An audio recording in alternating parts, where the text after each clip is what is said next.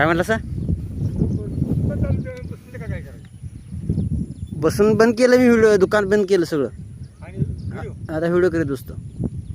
मला पण कुठला काय व्हिडिओ नाही ना, इकडं मी डोंगराचं पवन चक्कीचं हे आपले निनाय देवीचं हे इकडचं रानातलं व्हिडिओ करायला.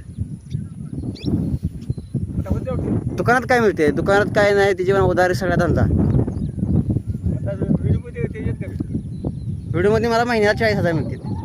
कधीच बंद केलं मी, ते 1 वर्ष झालं.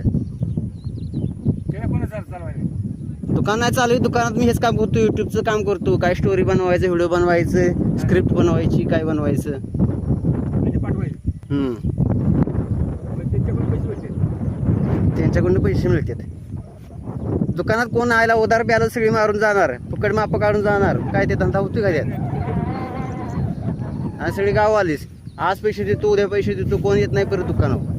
ते दुकान बंद केलं तर ह्याला आपलं यूट्यूब चालू केलं, ह्याला तर कोण काय काय विचारायला येतं?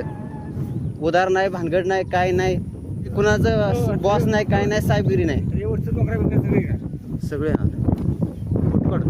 काय होय. आपल्या इथं करू नको म्हणणारं कोण आहे का? शिवाय राबायला किंवा हाताखाली ये म्हणणारं कोण नाही. बॉस आपणच, काम आपणच करायचं, पैसे पण आपणच कमवायचं, कोणाच्या हाताखाली नाही, काय नाही.